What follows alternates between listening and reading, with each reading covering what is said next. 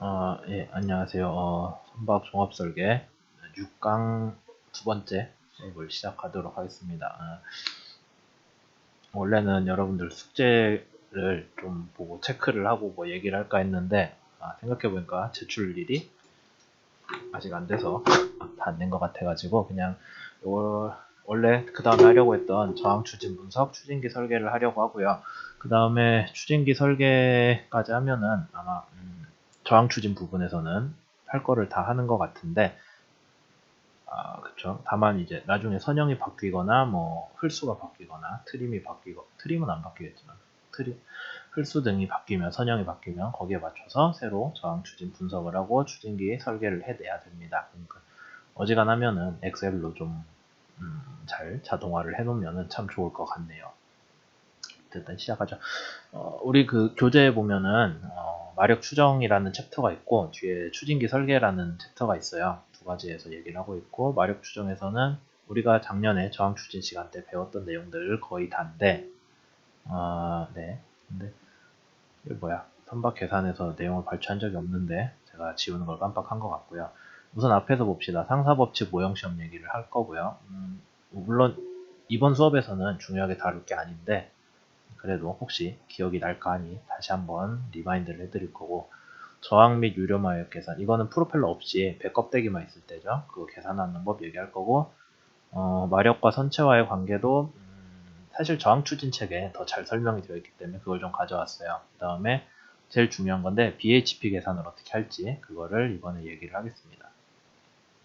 우선 여러분들이 저항 추진 때 배웠던 거긴 한데, 그러니까 우리가 배 설계가 다 됐다고 한 가정하에 배 설계가 되어 있으면은 걔를 저항 시험이라는 걸, 모형 시험을 수행을 하죠. 실제 배를 가지고 저항 추진 성능을 볼 수 없기 때문에 모형 실험을 하고요. 그때 우리가 어떤 식으로 하는지 혹시 기억이 나실지 모르겠지만은, 푸르드 수라는 거를 모형이랑 실선이랑 같게 해줬어요. 푸르드 수는 루트 GL분의 V로 정의가 되고, L은 뭐 뭘로 하든 사실 상관없거든요. 모형이랑 실선이랑 같은 기준으로 젠 L만 쓰면 돼요. 뭐 LWL이든 LBP든 뭐든지. 어떤 경우에는 배수량의 3분의 1승도 쓰기도 합니다. 고속성 같은 것들 할 때 배수량이 3분의 1승으로 쓰기도 합니다. 그러면은 배수량 기준 푸르드 수가 되겠죠. 뭐 이런 식으로 표현을 하기도 하고요. 푸르드 수가 어떤 의미를 갖냐라고 하면은, 위에 V는 선속 배속도예요. 밑에 얘는 이걸로 하지 말고 이걸로 했을 때, 우리가 저항 추진 때 배웠지만 여러분들이 기억을 하지 않을 것 같은 분산 관계식이 있습니다. 이렇게 그냥 막 썼네. 잘 보이시죠? 네, 이렇게 돼 있고, 대개 뭐 1.56 이건데, 람다가 파의 길이에요. 파장. t는 주기죠.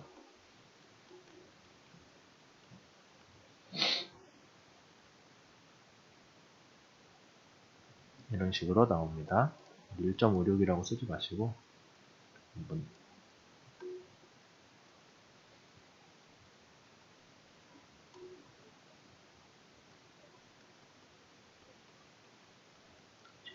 t제곱이 아니죠. 그냥 t죠. t가 넘어갔으니까. 네, 이런 식으로 우리가 정리를 할 수가 있겠네요. 그러면은 파장을 주기에 가누면 우리가 그것도 속도 차원이라고 볼 수가 있겠죠. 그래서 얘를 원래는 위상속도라고 하는데 그냥 V로 칠게요. 원래는 위상속도. 나중에 2학기 때 저기 선박 내항 조종 배우면은 그때 자주 나와요. 그래서 V다 라고 우리가 이해를 할 수가 있고, 그 다음에 요식을 조금 더 전개를 해보면은 t에 대해 정리를 할게요. 요거 가지고 하시죠. t는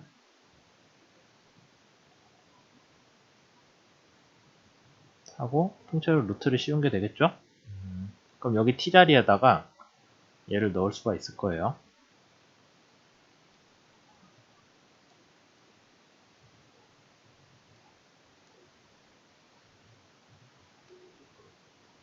t 대신에 얘를 넣으니까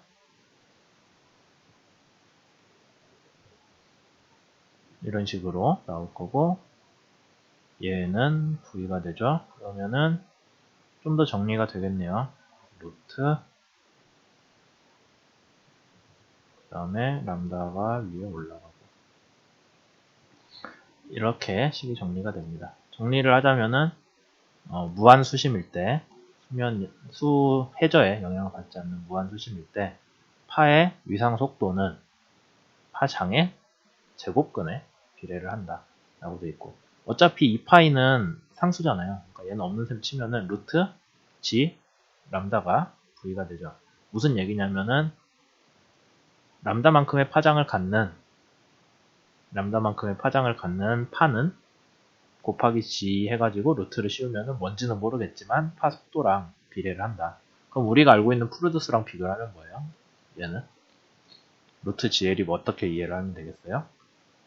배 파장 길이가 수면파의 파장 길이가 L인 애를 이렇게 계산을 해주면은 뭐가 나온다? 뭐 뭔지는 모르겠지만 VL이라고 할까요? L이라는 파장을 갖는 배 길이랑 파장이 같다고 했을 때 걔에 대한 속도가 이걸로 나와요. 위상 속도가. 그거랑 실제 배의 속도랑 비교를 한 거죠. 그래서 어떤 특정한 파장이 뭐예요? 여기서는 배 길이를 파장으로 갖는 그런 수면파의 위상 속도가 이걸로 나오는데, 잘 안 보였네요. 이걸로 나오는데 얘를 배속도로 나눠주고 그냥 루트 2파이를 곱해줘서 얘를 지웠을 뿐이에요. 그러니까 우리가 생각을 하기에 이게 실제 배 속도를 어떤 기준 속도로 나눴는데 그 속도가 기준 속도가 필요한 뭐다? 배의 길이를 파장으로 갖는 수면파의 그거다. 그러면 배 길이랑 그 파의 수면파 파장이랑 서로 비율이 같은 프루드수에서는 그 비율이 일정하겠다라고 해서, 프루드수는 왜 우리가 프루드수를 맞췄냐? 선체 주위에 파형이 동일하게 얻어집니다. 옆에 파가 실제 배랑 모형선이랑 서로 비율이 같다는 거예요. 파 형상이 닮은 거지 그게 실제 뭐 파장이 같다 그건 아니고요. 오해하지 마세요. 그 다음에 선체 주위 파형이 같으니까 그로 인한 조파 저항을 무차원화했을 때, 실제 조파 저항 자체 그냥 RW는 모형 실성 같을 수가 없죠. 크기가 다르니까. 근데 조파 저항 계수는 무차원화를 했을 때 동일하다고 우리가 볼 수 있다라는 거예요. 그게 3차원 해석이었고, 조파 저항 계수 자체를 구하지 않을 때 우리는 잉여 저항 계수가 같다라고 가정을 한다는 게 우리가 저항 추진 때 배웠던 거네요. 그래서 그러면 또 조파 저항, 잉여 저항 기억 안 날 수 있으니까 선체의 전체 저항은 전저항을 어떻게 나눴냐면은 배 표면으로 봤을 때 접선 방향, 수직으로 들어오는 애들을 다 적분을 하면은 어떤 게 나올까요? 수직으로 가해지는 압력들을 다 적분을 하면은 1번 수직 방향은 부력이 나오죠. 근데 부력은 뭐랑 같아요? 중력이랑 같고. 그래서 신경 안 써요. 그 다음에 좌우 방향은 어떻게 될까요?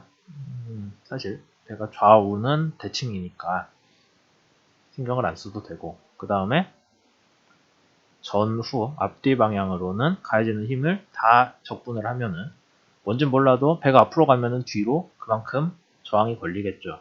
그래서 압력으로 인한, 여기서 얘기하는 접선 방향, 접선은 아니고 법선 먼저 얘기하는 거예요. 법선,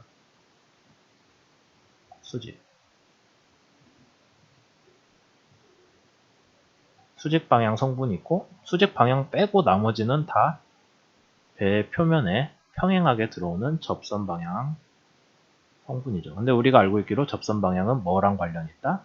마찰이요. 그 다음에 법선 방향 성분도 일부는 여기서 마찰로 인해서 속도를 잃은 애들이 뒤에 가면은 압력 회복이 덜 되기 때문에 앞뒤에 압력 차이가 발생을 한다. 법선 방향 압력이. 그게 점성으로 인한 압력이었죠. 점성 압력. 얘도 점성으로 인한 거예요. 마찰도. 어이쿠, 이거 무슨 일이야. 그래서 요걸 다 더한 게 우리가 무슨 저항이다? 점성으로 인한 점성 저항이다. 그 다음에 점성이랑 무관한 애들은 우리가 조파 저항이다 라고 생각을 하죠. 그래서 파도를 만든다. 그렇게 이해를 하고, 잉여 저항은 뭐냐면은 우리가 마찰 저항을 구하고자 하는 건 조파 저항인데 마찰 저항을 짠하고 제대로 구할 수가 없어서 일반적으로 배표면이 아니라 같은 면적을 갖는 평판, 같은 레이놀드 수를 갖는 평판에 대한 마찰 저항으로 보죠. 거기에 대한 식이 뭐예요? ITTC 1957 식이었죠. 그래서 ITTC 1957 식으로 인해서 점성 저항의 어느 정도 비율을 우리가 추정을 할 수가 있고, 정확히 점성 저항이 얼마인지 알 수 없기 때문에 그냥 경험식으로 이 정도 점성 저항이 있다라고 하고 나머지니까 잉여가 되겠죠. 잉여 저항이 됩니다. 그래서 잉여 저항 더하기 ITTC 1957. 물론 이거 나오기 전에는 평판의 마찰 저항으로 했는데 당연히 배는 3차원 형상이기 때문에 완전 평판이다라고 치면은 값이 좀 이상하거든요. 그래서 한 12%인가? 그 정도 값을 더 준 게 이게 돼요. 평판 대비. 그래서 여러분들이 얘로 접근을 해도 되고 얘로 접근을 해도 되는데 얘가 좀 더 우리가 구하기가 쉽겠죠. 얘는 2차원 해석이니까. 여러분들이 저항 시험을 했다라고 하면은 목적은 실제 배의 저항을 추정하는 게 목적이에요. 조파 저항을 추정하는 거는 그 중간 단계고 실제 저항을 추정을 해야 됩니다. 그 다음에 뭐야 이거 이상하게 왜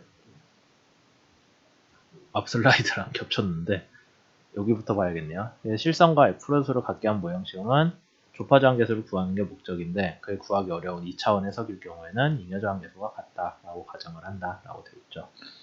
사실 우리가 이번에 다루는 거는 뚱뚱한 원유 운반선이기 때문에 3차원 효과가 좀 커요. 그래서 조파저항계수를 구하는 것도 의미가 있을 것 같긴 한데 CW를 구하는 게 의미가 있을 것 같긴 한데 이거는 지금 우리한테 주어진 게 논문이 CR을 구하는 거잖아요. 그래가지고 이게 조금 계산하기가 물론 우리가 CR 알고 ITTC 1957로 구하는 CFM 알죠? 구할 수 있잖아요. 얘는 얘 더하기 얘가 CTM이 되니까 이걸 가지고 속도별로 얘가 프로듀스별로 추정을 할 수 있죠. 그 다음 얘는 레이놀드 수고 이거 하면은 다시 또 그 프로아스카 써가지고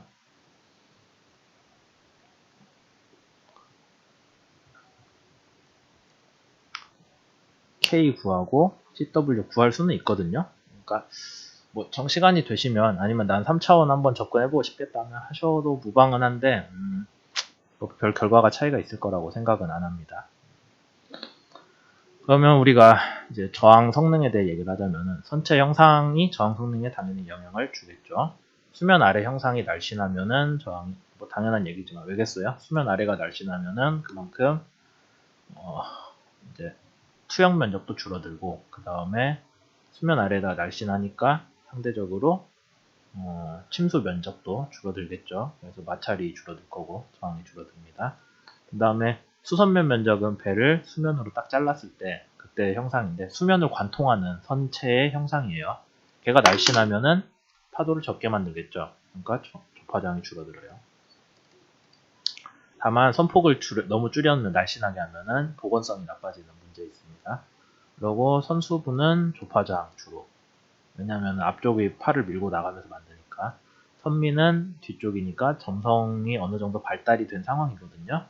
난류가 그러니까 점성저항에 영향을 준다라고 우리가 이해를 할 수 있고 대개 배는 선미부가 더 중요합니다. 조파저항을 맞추기 위해 선수를 뭐 깎고 뭐하고 하는 거는 나중에 해도 되는데 우선 선미에는 중요한 것도 많이 배치가 되고요. 그 다음에 뭐 상대적으로 뚱뚱하기 때문에 추진 성능에도 영향을 많이 주죠. 점성 저항도 영향을 받지만 그래서 선미부 먼저 설계를 해야 돼요. 그리고 여러분들 그 옵트월에서 하이드로스태틱 계산을 해보면 LCB가 나왔을 텐데 그 LCB 위치도 여러분들이 조정을 해줘야 되거든요. 마음대로 막 하는 게 아니라 그냥 우리 이렇게 대충 설계했으니 이 값이 나왔어요. 그러면 절대 안 되고요. 이것도 나중에 평가할 거예요. LCB 어떻게 구했나. 저속 비대선은 LCB가 선수 쪽으로 하고요. 고속선은 선미 쪽으로 이동을 합니다. 왜냐면은 배가 있을 때 위에서 봤어요. 그냥 이렇게 생겼다고 하고 여기가 선수 이렇게 돼 있을 때 우리가 저항 추진 관점에서 선미가 날씬할수록 좋아요. 그리고 특히 저속선은 이미 뚱뚱하기 때문에 기본적으로 선미를 많이 깎아서 프로펠러 쪽으로 들어오는 프로펠러 쪽으로 들어오는 유동이 좀 빨라지게 하는 게 좋겠죠. 개선을 하는 게. 근데 선미를 깎으면 같은 배수량들이 다 어디로 가야 돼요? 선수로 가야 되죠. 그만큼. 그래서 선수가 좀 뚱뚱해질 수밖에 없어요. 선수가 뚱뚱하니까 이 부력 분포를 봤을 때 앞쪽으로 좀 더 분포를 하죠. 그래서 여기 중앙보다 좀 앞으로 이동을 해요. 여러분들이 그래서 여기 보시면 CB, 여러분들 설계한 배에 대한 CB예요. 설계한 CB가 있고 그 다음에 그걸 가지고 LCB를 우선 구하시고요.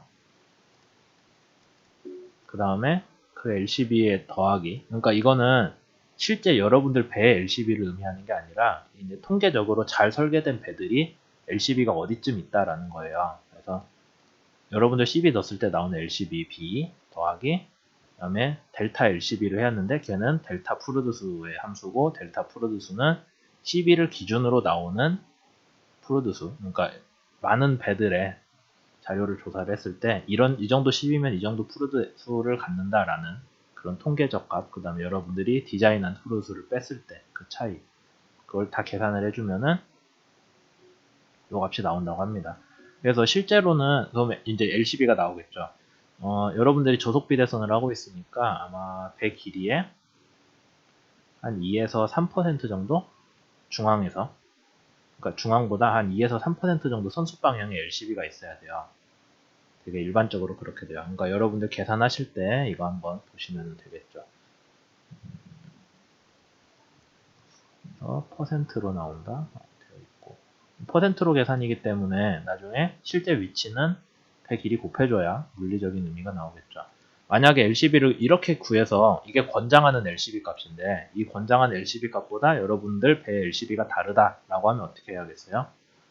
배를 그만큼 뭐 뒤를 깎든 앞을 채우든 어떤 식으로 해서 LCB를 이동을 시켜줘야 돼요. 여러분들 LCB가 여기 있다라고 하면 선수가 너무 뚱뚱하구나. LCB를 뒤로 가기 위해서 선미를 뚱뚱하게 하고 선수를 깎아줘야겠어 라고 생각을 할 수가 있죠. 근데 이 과정을 할 때 주의해야 되는 게 CB가 변하면은 새로 계산을 해야 돼요. 그러니까 CB는 안 변하도록 하면서 유지를 하면서 배수량은 유지하라는 뜻이겠죠.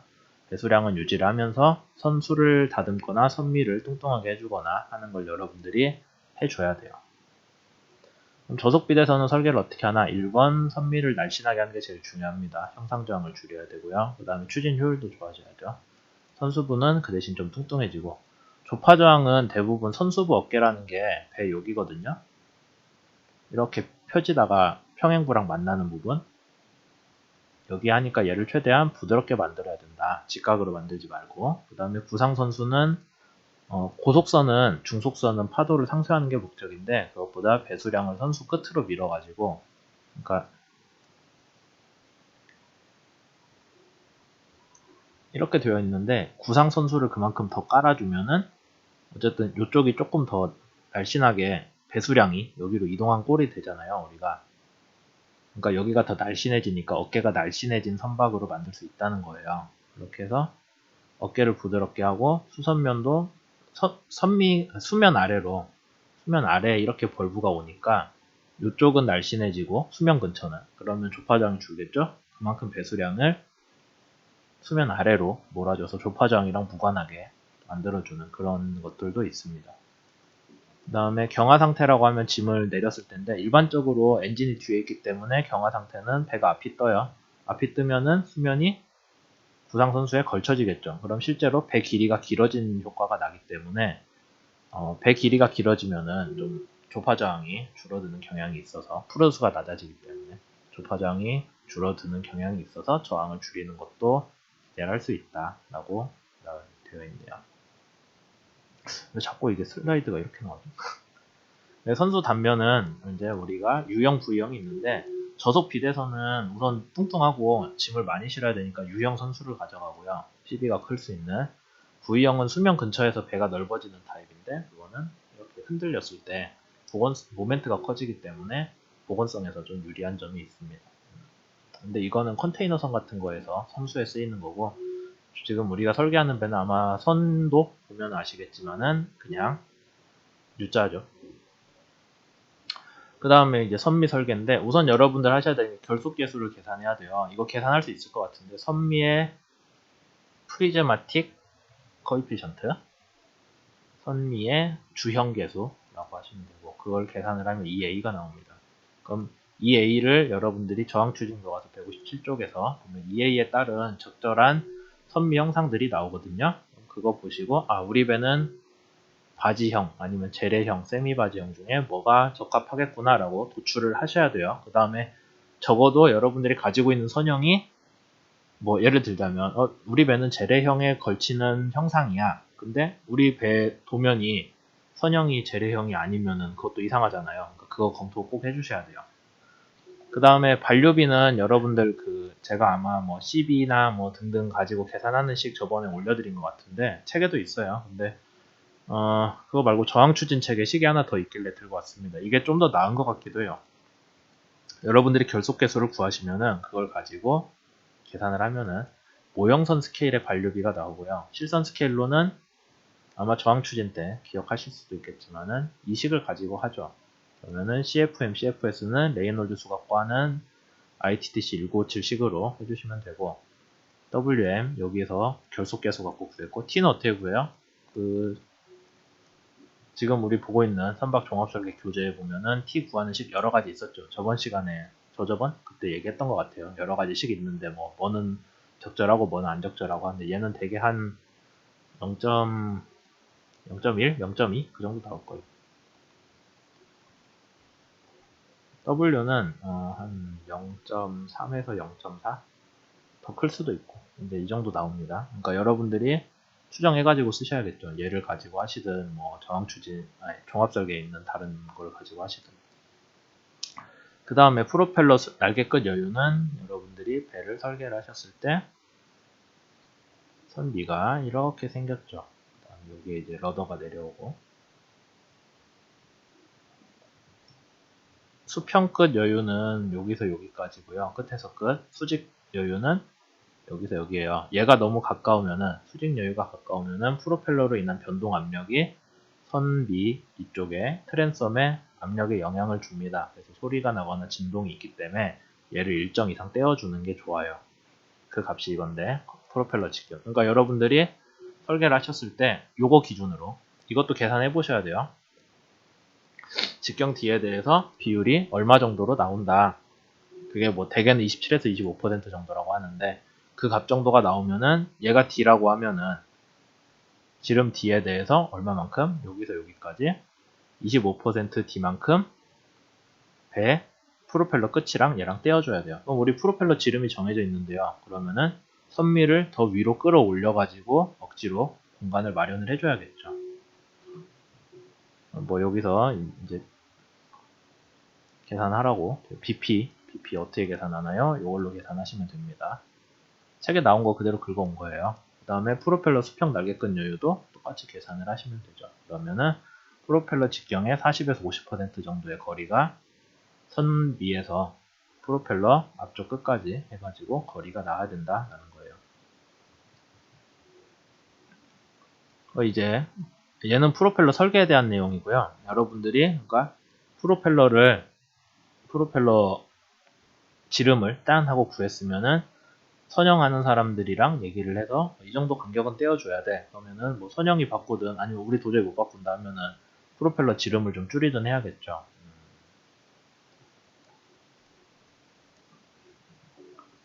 그렇게 하고 실선 유효동력으로 넘어올게요. 유효동력은 프로펠러 없이 그냥 배를 선체를 일정한 속도로 외부에서 끌고 가는데 필요한 동력이죠. 저항 곱하기 힘, 속도. 여기 저항 곱하기 속도. 저항은 어떻게 구하나요? CTS 갖고 구하죠. CTS는 어떻게 구하나요? 이렇게 구하죠. 2차원의 석법에서는 K가 0이라고 치고 CFS는 ITTC식으로 구하시고 CA는 저항 추진 때 배웠던 식으로 계산을 하시면 되고 CAA에서는 우리가 뭘 몰라요? AVT 모르죠? AVT는 참조선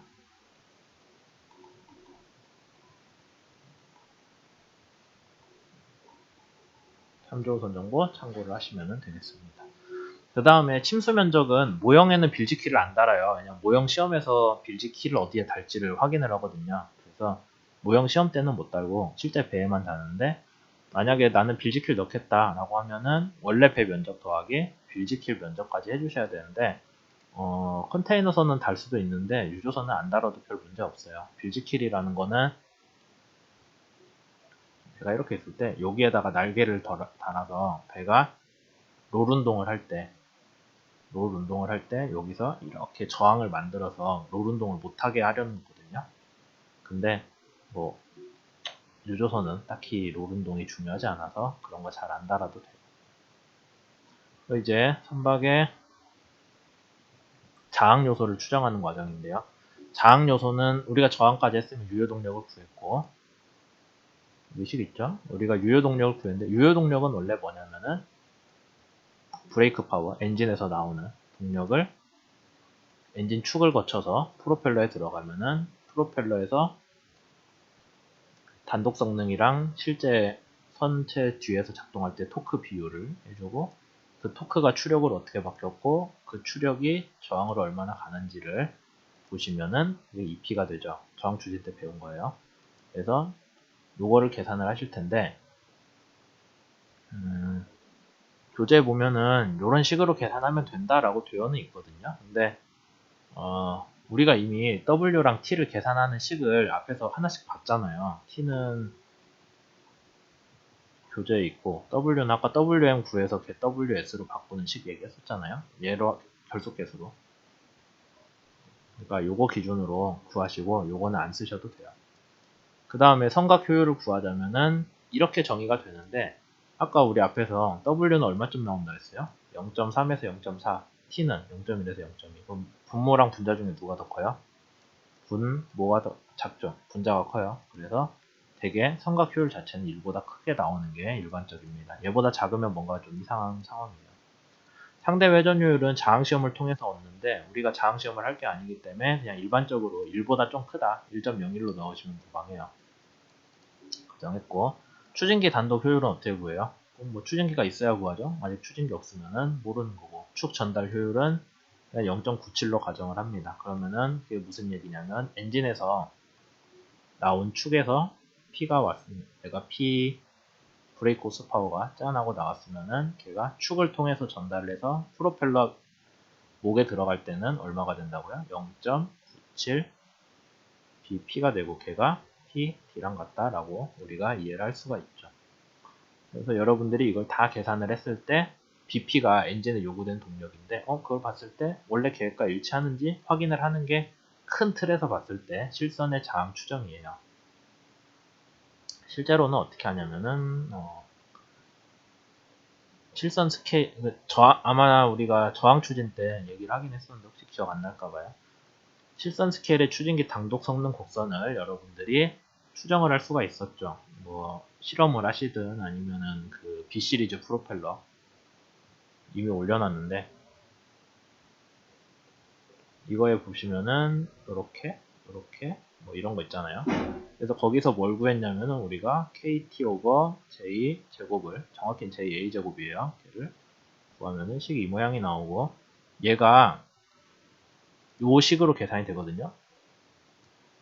이거 각각 우리 구할 수 있죠. CTS 아까 구했을 거고 요거는 하이드로스태틱에서 나오고 D는 여러분들이 추진기 뭐 정해놨다고 치면 있는 거예요. 뒤에서 최적 지름 얘기하겠지만 그 다음에 T, W 다 알아요. 구할 수 있는 값들이에요. 그래서 그걸 가지고 계산을 했을 때 얘가 뭐 예를 들자면 3.1이다 그러면은 추진기 곡선에서 KT 오버 JA 곡선을 만들어서 걔가 3.1이 되는 점을 찾아요. 그럼 JA가 나오죠. 이게 추진기의 작동점이 돼요. 그게 여기 나오는 거죠. 그래서 추진기 작동점이면은 JA가 VA 오버 ND잖아요. 근데 VA는 1 빼기 W V 뭐 ND니까 D 정해져 있어요. V 정해져 있죠. 배 설계 속도. W 우리 앞에서 구했죠. N이 짠 하고 나와요. 추가적으로 고려해야 되는 사항이 하나가 있는데 그거는 회전수 마진이에요. 뒤에서 설명을 안 할 것 같으니 여기서 미리 얘기를 하자면은 여러분들이 배를 몰고 다니면은 오래되면은 저항도 커지고 뭐 좀 성능도 안 좋아지고 해가지고 대개는 저항이 커지는 걸로 우리가 이해를 해요. 그러면은 배에 요구되는 출력이 올라가거든요.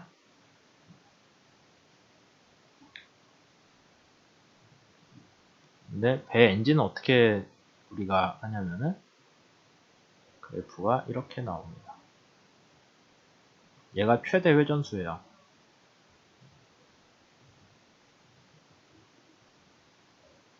그 다음에 얘가 출력. 우리가 출력에 대해 배운 게 아마 추진기에서 배웠겠지만 2파이 NQ잖아요. 그러면은 Q가 일정하다고 하면 엔진이 Q를 일정하게 낼 수 있다고 하면은 동력은 N에 비례를 해요. 그래서 같은 토크가 엔진에서 생성이 될 때, 그러니까 엔진에서 태우는 연료 양이 일정하다고 했을 때 토크가 일정하다고 하면은 출력이 이런 식으로 나와요. 엔진 출력이. 그 다음에 엔진이 받을 수 있는 최대 출력이 있겠죠. 걔보다 회전수는 더 가져간다고 해도 토크는 더 못 올려요. 엔진 최대 출력 제한이 있기 때문에. 그래서 얘가 대충 한 3%쯤 된다고 치고, 그러면 얘는 출력을 더 올릴 수 없으니까 이때부터는 어떻게 될까요? 이 곡선을 따라서는 토크가 조금씩 까여요. 조금씩 낮은 토크가 됩니다. 그래서 우리가 원래는 배가 그러면 요 점에서 가면 제일 좋겠구나 라고 생각을 할 수가 있는데 그거는 사실상 불가능하고, 이제 배가 성능 좀 오래되면은 저항이 증가를 한다 했잖아요. 그러면은 원래 회전수에 대응되는 속도 출력을 하면은 우리가 속도랑 출력 곡선을 구할 수 있는데, 걔가 원래는 이 모양이 나오다가 저항이 증가를 하니까 배가 오래되면서 그 일로 이동을 해요. 이런 식으로. 그러면 이 곡선이랑 빨간색 선이랑 녹색이랑 만나는 데가 실제 배가 낼 수 있는 최대 성능이 되거든요. 그래서 얘가 성능이 좀 가면은 이렇게 저항이 증가하면서 곡선이 왼쪽으로 이동을 하는데, 그럴 때 엔진이랑 만나는 점이 여기에서는 일정하게 가죠. 그래서 여기가 설계 회전수고, 그 다음에 토크를 깎아가면서 달성할 수 있는 최대 회전수가 여기 있는데, 그럼 우린 최대 회전수 영역에서 우선 엔진이 성능을 시작을 해서 수명이 갈수록 곡선이 왼쪽으로 이동을 하니까 이때까지는 최대 출력이랑 곡선이랑 만날 수 있게 해주자 라는 게 설계의 목적이 돼요. 그러니까 한 3% 정도 추진기가 더 높은 회전수에서, 추진기가 회전수는 높은데 토크는 낮아야 된다는 뜻이죠. 토크는 낮고 회전수는 높아서 어쨌든 같은 출력 범위지만 그 사이에서 이동을 할 수 있게 해준다. 뒤에서 좀 더 설명을 할 겁니다. 그럼 우리가 이제 추진기를 설계를 할 건데, 우선 우리한테 주어진 게 여러분들이 엔진을 선택을 했다고 하면은 추진기 정보가 아니죠. 엔진 정보죠. 그럼 엔진 정보를 어떻게 구했어요? 저번에 14.5노트에서 NCR을 구할 수가 있었나요? P가 V의 3승에 비례한다고 가정을 해가지고 우리가 숙제에 그랬죠. 14.5노트의 NCR을 계산을 했고, 그 다음에 이제 원래는 어떻게 구하냐면 14.5노트의 회전수는 토크가 일정하다고 가정을 하는 게 아니라 엔진이 뭐 토크를 더 내서 갈 수도 있고 토크를 줄일 수도 있으니까 원래는 이렇게 계산을 해요. 그러니까 원래 여러분들 참조 호선의 NCR 있죠. 15점 몇 노트인가? 15.6인가 뭐.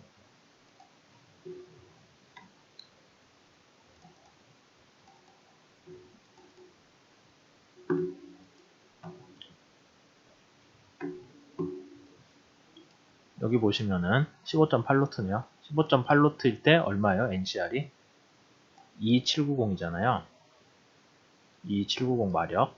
그러면은 여기에 22790 아까 여기서 요걸로 해가지고 22790을 스케일 다운 하시면은 뭐 한 17,000 얼마 나왔던 것 같아요.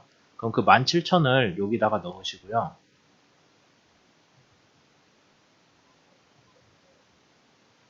17,000을 여기에 넣으시고, 그 다음에 원래 값 있죠. 22,000? 22,000이 여기 아래에 들어가요. 그 다음에 여기 RPM은 뭐예요? 얘 집어넣으시면 되겠죠. 87.9. 그렇게 하면은 14.5일 때 RPM이 짠하고 나옵니다. 그러니까 RPM이 배 속도에 비례하다고 해서 까는 게 아니라 우선 요구되는 동력의 비율을 우선 구하시고, 동력의 비율은 어떻게 구해요? 속도의 3승에 비례한다고 해서 했고, 그 다음에 그걸 가지고 RPM을 새로 계산을 해주시는 거예요. 그러면은 뭐 1700마력 몇 RPM, 뭐 80 몇 RPM 그렇게 나오겠죠, 계산이. 거기까지는 아마 이해가 되셨을 것 같고, 그게 그러면 우리가 뭐에 대한 거냐면은 선박이랑 똑같은 추진기가 걸렸다고 했을 때 이 정도 나오겠구나 라고 하는 거예요. 그 다음에 엔진은 어떻게 선정을 했어요, 우리가? 뭐 여러분들이 알아서 하셨겠지만은 제가 추천드린 거는 여기에서 적합한 엔진을 하나 먼저 픽을 하는 거죠. 그래서 엔진 최대 출력의 회전수랑 출력 값을 확인을 하시고 그걸 가지고 이거를 순서대로 계산을 해주시면 돼요. 뒤에서 다시 할 거예요. 아직 우리가 우리 배의 BP, NCR, MCR을 모르는 상태이기 때문에 추정은 했죠. NCR 추정은 했는데 근데 뭐 그걸 가지고 뭘 직접 하진 않을 거니까 추정한 NCR만 먼저 들고 있어요. 여러분들이. 추정한 NCR을 들고 있을 때 BP 구할 수 있고요. 심화진 고려해서. MCR도 구할 수가 있어요. 그 다음에 MCR 조건의 동력과 회전수는 엔진 최대 동력 회전수보다 당연히 낮아야겠죠. 여기까지 왔으면은 이제 하나씩 해봅시다. PD니까 전달 동력이거든요. 그럼 어떻게 구해야 돼요? 전달 동력이니까. 그냥 NCR 그대로 넣으셔도 NCR 그대로 뭐 넣도록 하죠. NCR을 넣으시고 그 다음에 원래 추진기의 그 전달 효율 0.97 곱해줘야겠죠. NCR 출력 곱하기 0.97. 아까 NCR 어떻게 구했어요? 속도 3분의 1, 속도 3승에 비례한다고 해서 원래 배의 NCR 15.8노트를 가지고 이렇게 구했죠. 개를 집어 넣으세요. 0.97 곱하면은 PD가 나와요. 계략적으로. 아직 우리가 정확히 모르지만. PD 넣으시고 N은 회전수잖아요. 근데 여기 라지 N 쓴 거는 RPM으로 쓰라는 거예요. RPM. 물론 여러분들이 RPM인지 RPS인지 헷갈리면 어떻게 하면 되냐면 집어 넣어놓고 D가 지름이 미터로 나와야 되는데 값이 택도 없이 크다. 뭐 택도 없이 작다. 그 정도 감안할 수 있잖아요. 이렇게 하고. 프로펠러 날개는 4개부터 시작해요. 왜냐면 4개가 효율이 제일 날개 수는 적을수록 효율이 좋거든요. 그래서 우선 효율 높은 프로펠러 날개 4개부터 하시고 최적 직경을 구했어요. 구하면 뭘 하면 되나요?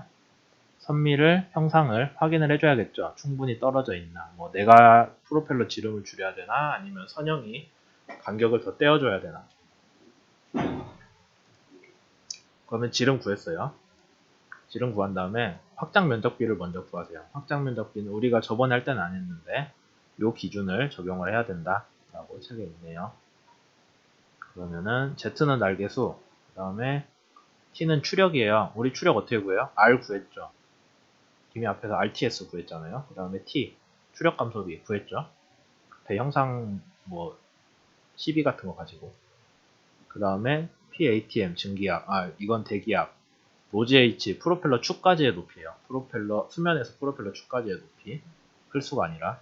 그 다음 그거 가지고 구하는 물의 수두압, 얘는 증기압. 그래서 얘를 계산을 했을 때 나오는 값이 최소 확장 면적비다. 뭐 0.4, 0.5 정도 놓겠죠. 근데 확장 면적비는 줄이면 효율이 증가해요. 너무 줄이면은 이런 데에 의해서 캐비테이션이 발생할 가능성이 커지거든요. 그러니까 캐비테이션이 발생하지 않는 선에서 확장 면적비를 작게 설계를 해야 하는데 언제 캐비테이션이 생기나에 대한 계산식이 이거다 라고 이해를 하시면 됩니다. 그래서 뭐 비교를 하자면은 최적 지름은 이렇게 프로펠러가 날개수가 작아질수록 효율이 올라가요. 그래서 가능한 작은 날개수 먼저 우리가 생각을 합니다. 근데 날개수가 작으면은 밑에 다이어미터가 커지도록 설계를 되는 게 일반적이기 때문에 같은 회전수에서 배고니까 그래서 우리가 현실적으로 배치할 수 있는 프로펠러의 지름이 정해지는 거죠. 그럼 이제 여러분들이 프로펠러 지름도 알았고 그 다음에 또 뭐 알았죠? 회전수도 구했죠. NCR 회전수 구했고 그 다음에 배 전진 속도는 프로펠러 전진 속도는 어떻게 구해요? 배 속도는 이미 정해져 있고 W 있잖아요. 반류비. 그러니까 걔네 가지고 구하면 돼요. 그 다음에 P도 앞에서 우리가 NCR 가지고 구한 게 있죠. 그렇게 다 했을 때 BP라는 로딩 코에피션트 값이 나오고, 그러면 이거 아마 차트 저항 추진 때 했으니까 기억하시겠지만 어떤 식으로 시작했냐면 1번 BP를 계산해서, 그러니까 여기 보면은 프로펠러 요거 있잖아요. 날개수, 얘는 날개수 5개에 지금 확장 면적비 뭐 1.05 그런 건데, 여러분들이 날개수 4개의 확장 면적비 얼마를 먼저 구했어요. 아까 여기 앞에 식을 가지고 켈러 기준을 가지고 그걸 구하면은 요 차트를 적절한 걸 찾아서 BP를 계산을 해서 그 값에서 위로 쭉 올라가고, 빨간색 화살표죠. 위로 올라가고, 설계 델타는 뭐냐면은 전진비이기는 한데 이게 좀 차원이 단위가 좀 이상하거든요. 아마 그 저항 추진 했을 사람들 기억할 거예요. 그냥 전진비가 아니라 뭐 얘는 RPM, 얘는 그러니까 N은 RPM, 뭐 D는 피트로 나온 프로펠러 지름, 뭐 VA는 단위가 노트. 그러니까 우리가 아는 미터법 단위가 아니라 좀 이상했죠. 어쨌든 전진비랑 같은 거예요. 그 전진비를 여기 곡선 이름에서 찾아가지고 올라가죠. 올라가서 BP랑 만나는 점을 짠 하고 하나 찾으시고, 그 점을 왼쪽으로 쭉 빼시면은 PCB가 나오고요.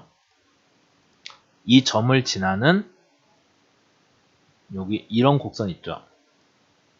그러니까 여기 어디야? 왼쪽 위에서 내려오는 곡선. 왼쪽 위에 잘 보일지 모르겠는데 커서 따라서 왼쪽 위에서 내려오다가 이렇게 꺾여서 이쪽으로 가잖아요.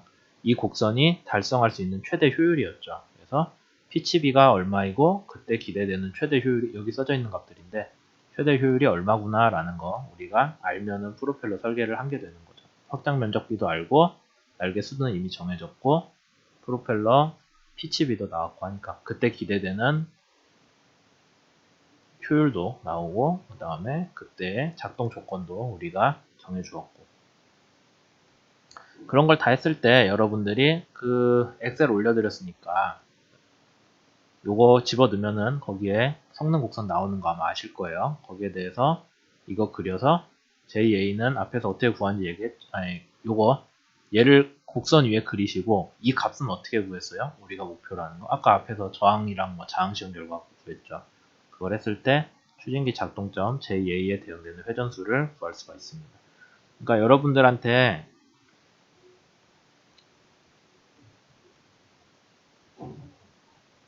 이거 세 가지 값을 주면은 거기 엑셀 시트에 집어넣으면은 이런 곡선이 나와요.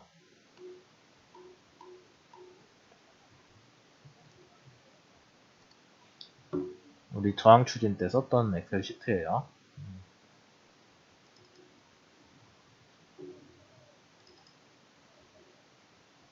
사이버 캠퍼스 자료실에 B 시리즈 프로펠러라고 올라가 있고요. 여기 이거 입력하는 거 있잖아요. 그 다음 풀스케일 레이놀드도 입력하시고, 그렇게 했을 때 이런 곡선이 짠하고 나오고, 여기 KT랑 그 다음에 JA 가지고 우리가 KT 오버 JA 제곱 곡선을 그릴 수가 있어요. 그 곡선의 얘 값이 우리가 얼마인지는 거기 뭐 저항이랑 등등 가지고 구할 수 있죠. 그래서 우리는 얘가 얼마가 되어야 돼요. 그러면은 걔랑 대응되는 JA는 얼마예요. 그럼 우리가 JA에 대해서 회전수랑 전진 속도랑 D랑을 구할 수가 있었어요. 그 다음에 이제 얘가 우리가 설계한 거랑 맞으면 다행이고 안 맞으면은 조금 뭘 바꿔서 다시 설계하고 그런 식으로 갔었죠. 우선은 여기 있는 걸로 치고, 여기서 JA는 이 곡선상의 JA는 우리가 일반적으로 알고 있는 ND분의 V예요. 그래서 미터법 단위 쓴다 라는 거 있고요. 그래서 이때 JA에서 나오는 토크, JA에서 나오는 추력을 가지고 그게 우리가 알고 있는 값들이랑 만나를 다시 체크를 하는 거죠. 그래서 이때 토크 곱하기 회전수 곱하기 2파이 해주면은 전달 동력 나오고요. 걔를 가지고 제동 동력, NCR 등등을 다 구할 수가 있습니다. 근데 여기서 이렇게 써놨는데 제동 동력의 1.15를 곱하는데 지금 애초에 여러분들이 이거 시작할 때 여기서 P를 NCR로 하셨잖아요. 만약에 얘를 NCR로 했다고 하면은 여기서 나오는 토크는 뭐에 대응되는 토크냐면 NCR에 대응되는 토크예요. 그러니까 NCR에 대응되는 토크니까 걔에다가 1.15를 나눴을 때 제동 동력이 나오는 거겠죠. 그렇게 되나요? 네, 그런 것 같습니다. 근데 지금 여기서 얘기하는 제동 동력은 뭐냐면은 파도가 없을 때 잔잔할 때 그냥 엔진에 요구되는 동력이에요. 실제로 이 값이 이 값이 엔진의 동력이 돼야 된다는 얘기가 절대 아니라 엔진 동력은 얘를 기준으로 해요.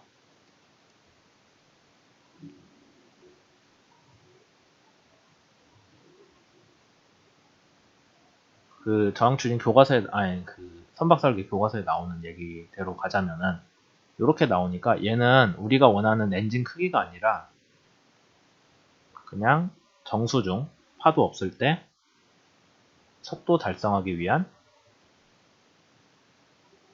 요구 동력일 뿐이에요. 그럼 거기에다가 C 마진 곱한 거. 근데 우리가 아까 NCR 가지고 BP를 구했으면은 걔를 가지고 나온 거는 얘에 대응되는 거죠.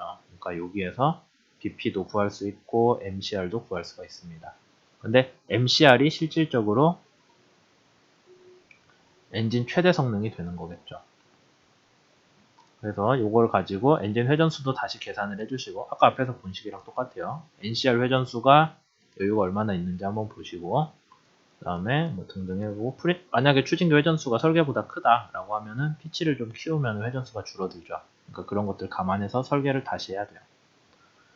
그래서 여기까지 했고요. 이제 사실 배 저항 추진 관련해서는 선박 설계에서 저항 추진 관련한 얘기는 다 한 것 같거든요. 그러니까 이거 가지고 이제 여러분들이 첫 번째 선형에 대해서 아마 1차 선형 정도는 나왔을 텐데 거기에 대해서 추진기 설계하고 엔진 선정한 거 검토해 보시고 뭐 동력도 확인해 보시고 등등을 할 수 있겠죠. 저항 추진 때 해보신 분들은 뭐 어렵지 않게 할 수 있을 것 같은데 이제 좀 달라진 게 RPM도 계산해야 된다. 근데 RPM 어떻게 계산해요? 출력의 3분 출력비에 출력비의 3분의 1승에 비례해서 변한다라고 우리가 얘기를 했고 그 다음에 NCR 회전수는 3% 여유를 준다. 그래서 이렇게 계산을 하셔야 된다라는 거죠. 그 다음에 요거는 뭐 저항 추진 때 쓰니까 기억하실 것 같고. 그래서 오늘 수업은 여기까지 할 거고요. 다음 시간 20일에 중간고사 있으니까 꼭 그거 사이버 캠퍼스에서 잘 되는지 체크 한번 해주세요. 여기까지 하겠습니다.